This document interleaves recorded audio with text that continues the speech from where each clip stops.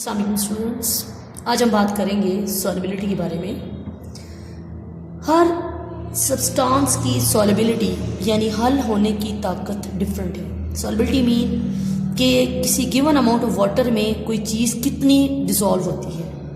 The number of grams of solute dissolve in 100 gram of solvent, जो कि normally water होता है।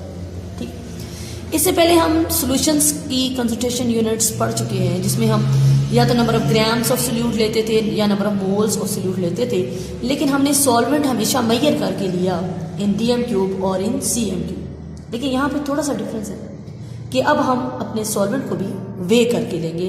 That will be the 100 grams, must है ये।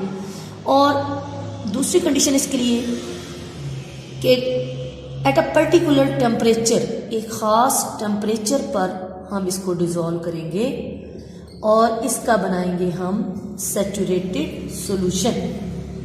ठीक है जी, सैचुरेटेड सॉल्यूशन मतलब ये कि किसी भी चीज़ की वो मिकदार जो 100 ग्राम सॉल्वेंट के अंदर किसी ख़ास टेम्परेचर पर एक सैचुरेटेड सॉल्यूशन बनाने के लिए रिक्वायर्ड होती है, तो वो अमाउंट, वो मिकदार उसकी सॉल्युबिलिटी कहलाती है। लेट्स सपोज हमारे पास एक बीकर है, ठीक है जी, और उसमें हमने एक वेटेड अमाउंट यानी कि वाटर हमारा जो हमने सपोज सॉल्वेंट लिया, वो हमने 100 ग्राम वाटर ले लिया।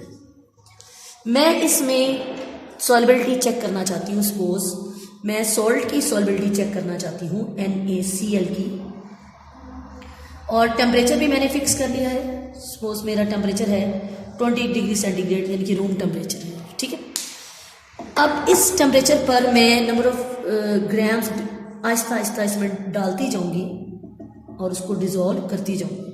ठीक है, वाटर की अमाउंट फिक्स है, डेट इज 100 ग्राम, क्योंकि सॉल्युबिलिटी हमेशा होती है 100 ग्राम ऑफ सॉल्वेंट में। टेम्परेचर भी खास फिक्स होता है, पर्टिकुलर टेम्परेचर होता है। यहाँ पर मैंने 20 डिग्री सेंटीग्रेड लिया। इस टेम्परेचर पर मैं ये देखूंगी कि 100 ग्राम पानी में कितना नमक हल हो सकता है, यानी डिज़ोल्व हो जाए। और उस लम्हे तक हमने डिज़ोल्व करना है जब इसके बाद ये नीचे बैठना शुरू हो जाए, यानी इन अदर वर्ड्स मैंने इसका सैचुरेटेड सॉल्यूशन प्रिपेयर करना है। मैंने सॉल्ट का सैचुरेटेड सॉल्यूशन प्रिपेयर करना है इस अमाउंट में और इसी टेम्परेचर पर। That will be the solubility of NaCl। Clear हो रही बात? यानी कि अब मैं इसमें नंबर ऑफ ग्राम्स ऐड करती जाऊंगी फ्रीक्वेंटली, और तब तक ऐड करूंगी जब तक कि ये नीचे बैठना ना शुरू हो जाए। इसका मतलब ये होगा कि अब ये सैचुरेटेड सॉल्यूशन बन चुका है। ठीक, सैचुरेटेड सॉल्यूशन का हम पहले भी एक लेक्चर में बहुत अच्छे से डिस्कशन कर चुके हैं, आप वो लेक्चर कंसल्ट कर सकते हैं। ठीक, तो यहाँ पर हमने किसी भी सोल्यूट का सैचुरेटेड सॉल्यूशन प्रिपेयर करना है एक पर्टिकुलर टेम्परेचर पर, लेकिन सॉल्वेंट की अमाउंट होनी चाहिए 100 ग्राम। यानी यहाँ पर जैसे मैंने लिया 100 ग्राम ऑफ वाटर में मेरे सोल्यूट की वो मिकदार जो सैचुरेटेड सॉल्यूशन बनाने के लिए रिक्वायर्ड होगी, वो इसकी सॉल्युबिलिटी कहलाएगी। ठीक है जी, सॉल्युबिलिटी जो है वो डिफरेंट फैक्टर्स पर डिपेंड करती है, जिनमें से हम कुछ अभी डिस्कस कर रहे हैं। स्टूडेंट्स, सबसे पहला फैक्टर है जिसके ऊपर सॉल्युबिलिटी डिपेंड करती है, वो है the general principle. The general principle of solubility, that is like dissolves like, like dissolves like. ठीक है, मीन हमारे पास 3 पॉसिबिलिटीज हैं। अगर हम आयनिक और पोलर सोल्यूट ले रहे हैं, ठीक है, आयनिक और पोलर हमारे सब्सटेंस हैं जिनकी हम सॉल्युबिलिटी मेजर करें, उनको डिसॉल्व करना चाह रहे हैं, तो ये सिर्फ पोलर में ही, पोलर सॉल्वेंट्स में ही डिसॉल्व होंगे। क्योंकि लाइट डिसॉल्व का मतलब है एक जैसी चीज़ें अपने जैसी चीज़ों में ही डिसॉल्व होते हैं। ठीक है, लाइक इसमें एग्जांपल देख लें तो आप NaCl हो गया, ठीक है, शुगर हो गया, ये आयनिक है, ये पोलर है, तो ये पोलर सॉल्वेंट हमारा वाटर है, उसी में ये डिसॉल्व होगा। ठीक, ये पहला रूल है लाइक डिजॉल्व लाइक, यानी जनरल प्रिंसिपल ऑफ सॉल्युबिलिटी, जब आप सॉल्युबिलिटी मेजर करेंगे। उसके बाद दूसरा इसका ये है कि जो नॉन पोलर है, नॉन पोलर, ठीक है, सब्सटेंस, वो नॉन पोलर सॉल्वेंट में, non polar substance non polar solvent में डिजॉल्व होंगे, ठीक है। तो ये नॉन पोलर में डिजॉल्व होंगे, ठीक। अब नॉन पोलर की अगर हम एग्जांपल्स लें तो नॉन पोलर की हमारे पास आमतौर पे एग्जांपल्स हैं, जैसे ग्रीस हो गया, पेंट, ठीक है। तो ये वाले जो हमारे नॉन पोलर सब्सटेंसेस हैं, ये नॉन पोलर सॉल्वेंट है हमारे पास। नेफ्थलीन भी कर लें, नेफ्थलीन भी हमारा नॉन पोलर है। तो ये नॉन पोलर हमारा सॉल्वेंट होगा, ईथर में डिजॉल्व होंगे, ठीक है, या कार्बन टेट्राक्लोराइड में डिजॉल्व होंगे, क्योंकि ये भी नॉन पोलर है और ये भी नॉन पोलर है, ठीक। और तीसरी इसकी जो मेन बात है वो ये है कि हमारी जो नॉन पोलर चीज़ें हैं, नॉन पोलर ये जो सब्सटेंसेस हैं, नॉन पोलर सब्सटेंसेस, ये हमारे पोलर में सॉल्युबल नहीं होंगी, will not dissolve in polar, ये पोलर में यानी वाटर में हल नहीं होंगी, ठीक है। यही वजह है कि आप देखें ग्रीस जो है वो वाटर में नॉन पोलर है ना, ये देखिए अभी मैंने ग्रीस ऊपर लिखा है, ग्रीस हो गया, पेंट हो गया, तो ये हमारा क्या है, वाटर में सॉल्युबल नहीं होता, नॉट सॉल्युबल इन वाटर।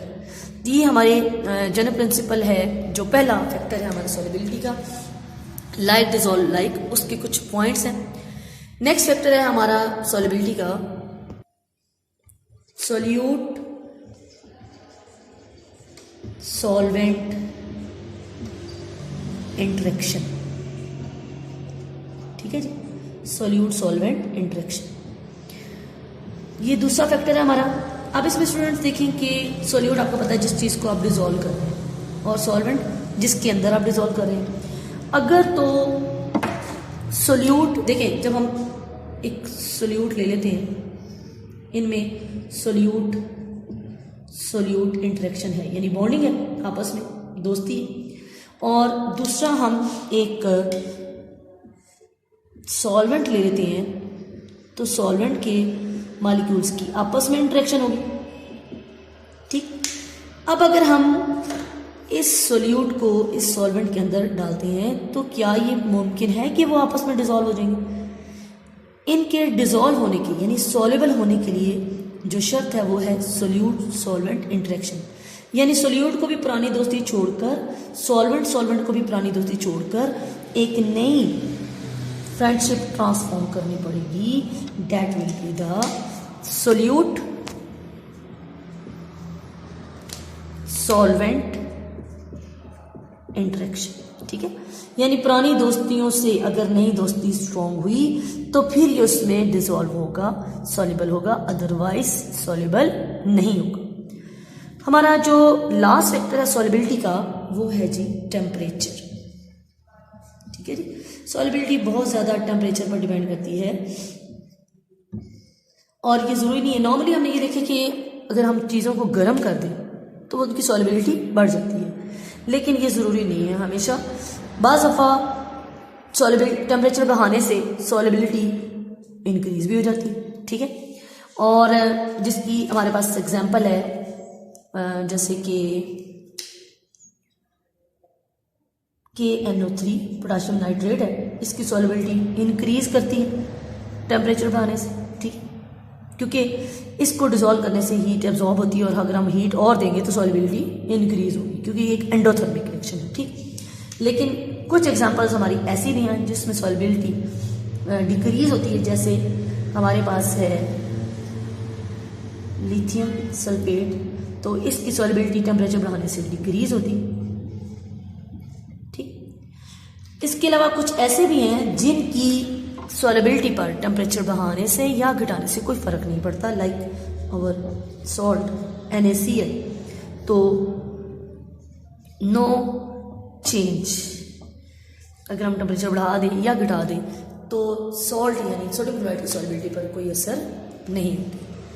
तो students, that was the simple introduction of solubility and its factor.